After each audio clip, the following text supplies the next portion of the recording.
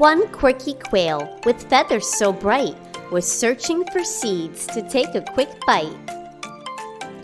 Two quiet quills with ink black as night lay on the desk ready to write.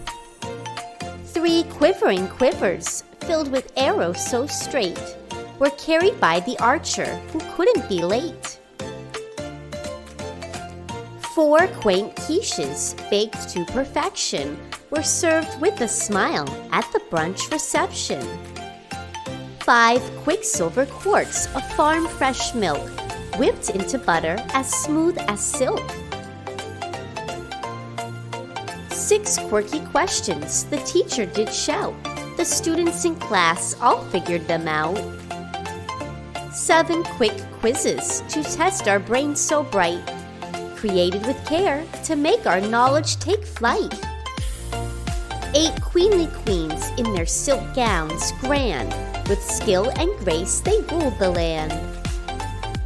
Nine quirky quizzical quokkas, with smiles so wide, navigated the narrow nooks on their little legs they stride. 10 quaint quilts on silky sheets, ideal for dozing and drifting to sleep. So here we end our journey through Q. We hope you enjoyed it and learned something new.